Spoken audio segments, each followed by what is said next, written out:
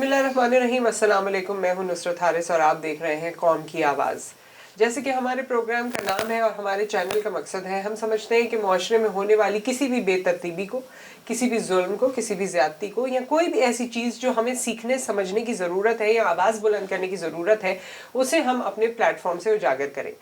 ऐसा ही एक मामला, एक केस हमारे सामने आज आया है और बल्कि डिजिटल मीडिया पे आपने उसकी क्लिप्स देखी होंगी। हमने भी जब क्लिप्स देखी तो हमने सोचा कि उन लोगों को यहाँ मदऊ किया जाए और इस बात की तहकीक की जाए कि आखिर मामलात हैं क्या, स्टोरी क्या है, कौन हमारे साथ मौजूद है, ये सब मैं आपको बताऊंगी। लेकिन उससे पहले एक याद दहानी मुझे आपको ये करवानी है कि for continuous watching of our programs, जितनी हमारी प्रोग्रामिंग हो रही है, जितने हमारे मेहमान हजरात आ रहे हैं, आपको उसके लिए हमारे प्रोग्राम को, हमारे चैनल को सब्सक्राइब करना होगा और बेल आइकन को प्रेस करना होगा। ये आपने भूलना नहीं है ताकि आपको तमाम नोटिफिकेशंस टाइमली मौसूल हो सकें।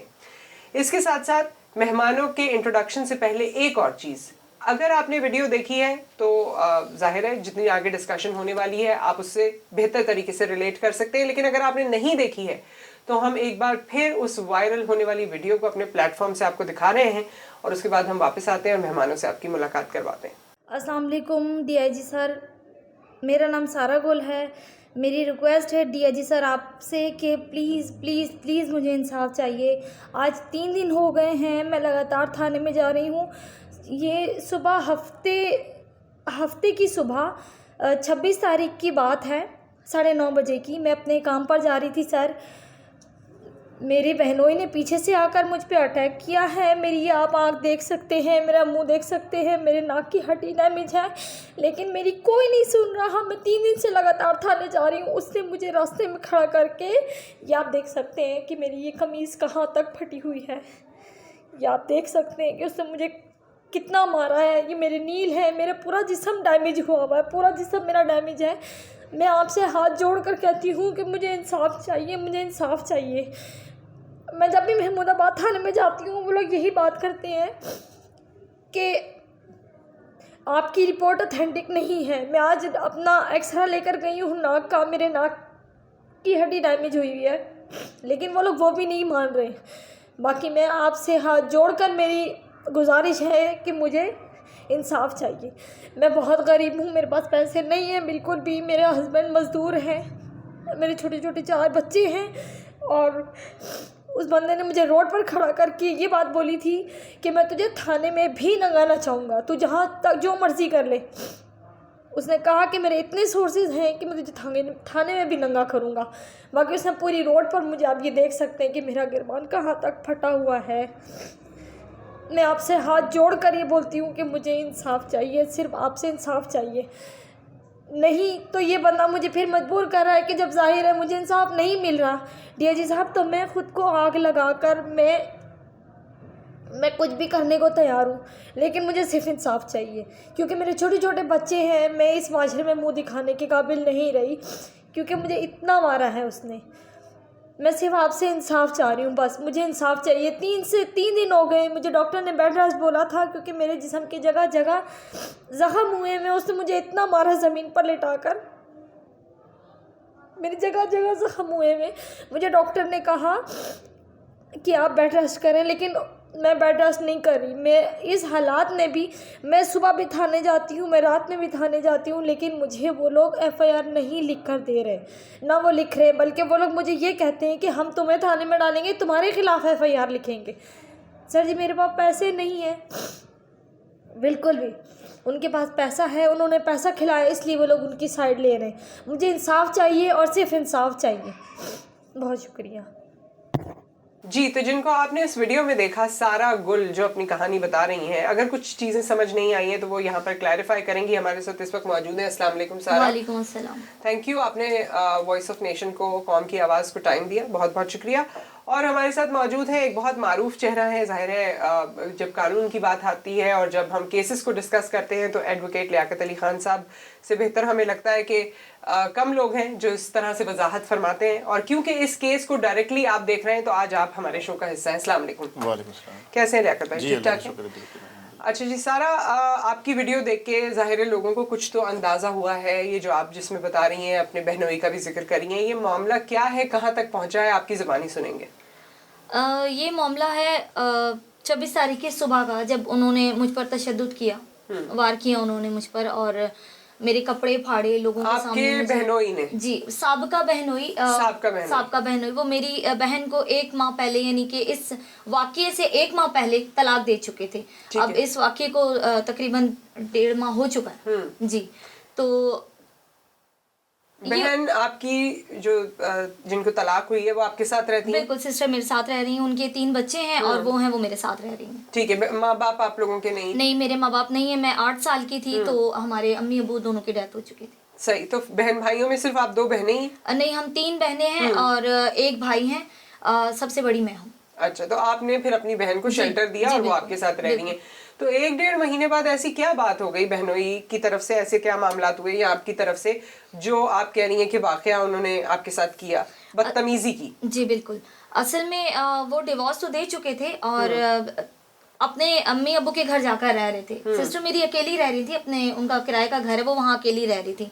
उन्होंने 2-3 बार जो मेरे बहनोई हैं उन्होंने रुजू करने की कोशिश की कि दोबारा से हमारी जो है सुलह हो जाए, लेकिन अल्हम्दुलिल्लाह हम लोग मुसलमान हैं तो सिस्टर मेरी ने कहा कि अब तलाक हो चुकी है, अब आप मुझसे रुजू मत करें।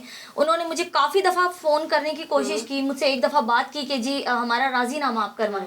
तो उस पर मैंने उन्हें कहा कि भाई तलाक हो चुकी है, मैं अब राजीनामा नहीं करवा सकती, क्योंकि मेरी सिस्टर की शादी को 10 साल हो चुके हैं और 10 साल में कई बार ये वाकयात हुए हैं कि यानी उन्होंने मेरी बहन को बहुत बुरे तरीके से मारा, मार पीट के घर से निकाला और वो मेरे घर आई रहने के लिए।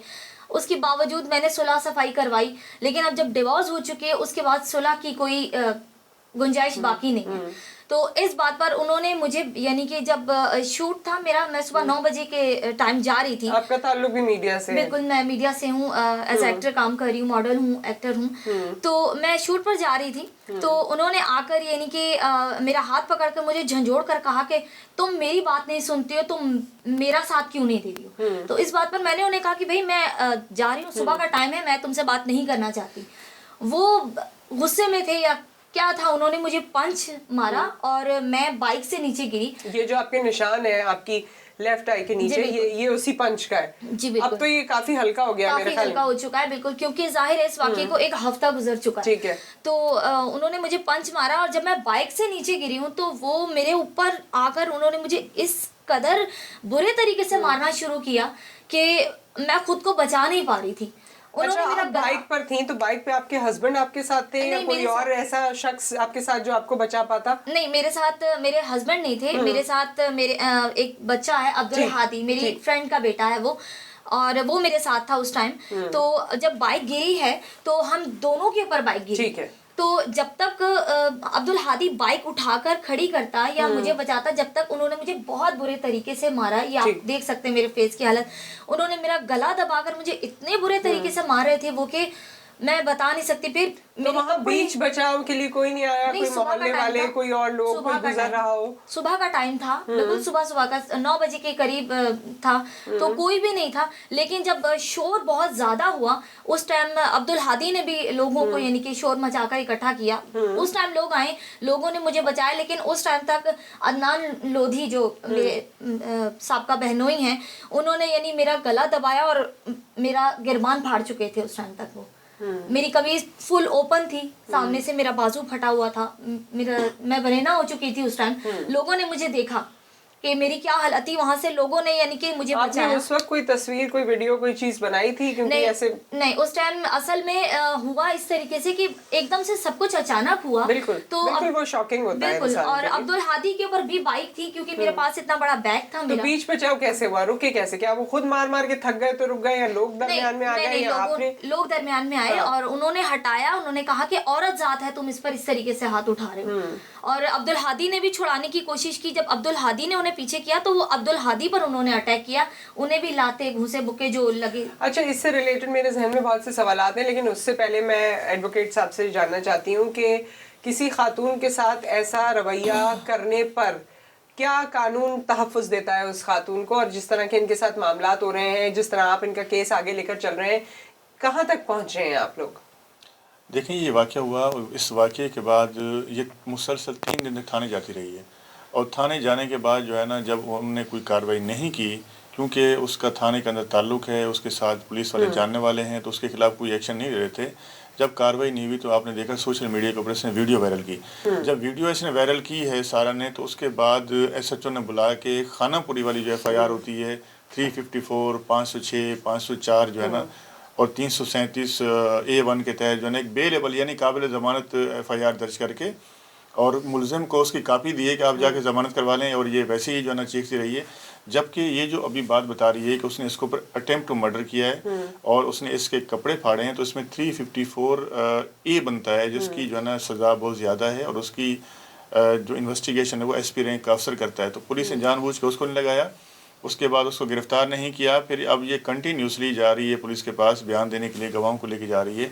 तो IO साहब हैं मुसलसल टालमटोल से काम ले रहे हैं, और उसके बाद जो इसके कपड़े फटे हैं, अभी तक ना तो पुलिस ने उसको कब्जे में लिया है, ना गवाहों के बयान लिए हैं, ना मौका मुआयना किया है, जिसके ऊपर हमने इनकी शिकायत की है और कंसर्न मजिस्ट्रेट को भी एप्लीकेशन दी है कि IO साहब को डायरेक्शन दी जाए कि हमारे गवाहों के बयान भी ले और साथ में मौका मुआयना करे, और कब्जे को पुलिस में कपड़े भी फटे हुए ले। लेकिन IO मुसलसल जो है ना वो झूठ बोल रहा है। आज भी उसने कोर्ट के अंदर आकर कहा जी हम इसके घर पे गए थे, उसके घर बंद था, तो गलत बयान कर रहा है। तो अभी हम पुलिस के जो आला अफसरान है उसको भी एप्लीकेशन देंगे, और इसके साथ बाकी ज्यादती भी है। और ये आप तो मेडिको लीगल भी अपना करवा चुकी हैं ना? वो भी करवा चुकी हैं, FIR भी दर्ज हो चुकी है। तो ये वाले मामला भी वैसे इसमें भी रुकावट आती है। लियाकत साहब तो ज़्यादा इसको जानते हैं, और मेरे ख्याल में लियाकत साहब आपकी मदद से ये तमाम चीज़ें हो सकी हैं। जी बिल्कुल, पुलिस ने इनको मेडिकल का लेटर दिया 3-4 दिन के बाद, इस वाक़े के बाद जब वो मेडिकल करवाने के लिए गई है सारा, तो उस वक्त उसके जो चेहरे के जो निशानात थे जो है ना वो कम हो गए थे, और जो ज़ख्म थे वो भर चुके थे। अब साफ ज़ाहिर है डॉक्टर तो अपनी ओपिनियन देगा, लेकिन बात यह है कि FIR इनकी प्रॉपर जो सेक्शन थी वो नहीं लगाई गई। मुलजिम जिस वक्त FIR दर्ज की गई उस वक्त थाने के अंदर बैठा हुआ था, उसको गिरफ्तार नहीं किया गया। इनके सामने, पुलिस के सामने इनको, विक्टिम को और उसकी फैमिली को धमकियां दी गई। उस वक्त भी मुलजिम को गिरफ्तार नहीं किया गया, बल्कि उसको कहा कि आप ज़मानत करवा लें। और अब भी जो पुलिस का रवैया है वो इनके साथ नामुनासिब है, और जो इन्वेस्टिगेशन होनी चाहिए जो है ना मुलजिम के हवाले से वो अभी तक नहीं हो रही। ना उसने जो है ना अभी तक इन्वेस्टिगेशन ज्वाइन की है, बल्कि ना ही इनके जो है ना अभी तक गवाहों के बयान लिए, जिसकी वजह से हमें कोर्ट का सहारा लेना पड़ा। उन कोर्ट में जाके कंसर्न मजिस्ट्रेट के जरिए वो अपनी सारी कार्रवाई जो है ना कंप्लीट करवा रहे हैं। ठीक है। ये जो जिसका आपने जिक्र किया अपने साबका बहनोई का, अदनान लोधी आपने बताया, इनके बारे में या इनकी तरफ से मेरे जहन में बहुत से सवालात आ रहे हैं जो मैं आपसे पूछना चाहती हूँ। लेकिन उससे पहले मैं आपको ये बताना चाहती हूँ कि अगर आप इस प्रोग्राम को कंटिन्यूसली देखना चाहते हैं और आप ये जानना चाहते हैं कि आगे क्या हुआ, सारा गुल ने और हमें क्या बताया, तो उसके लिए आपको इस प्रोग्राम का दूसरा हिस्सा मुलाहिजा करना होगा।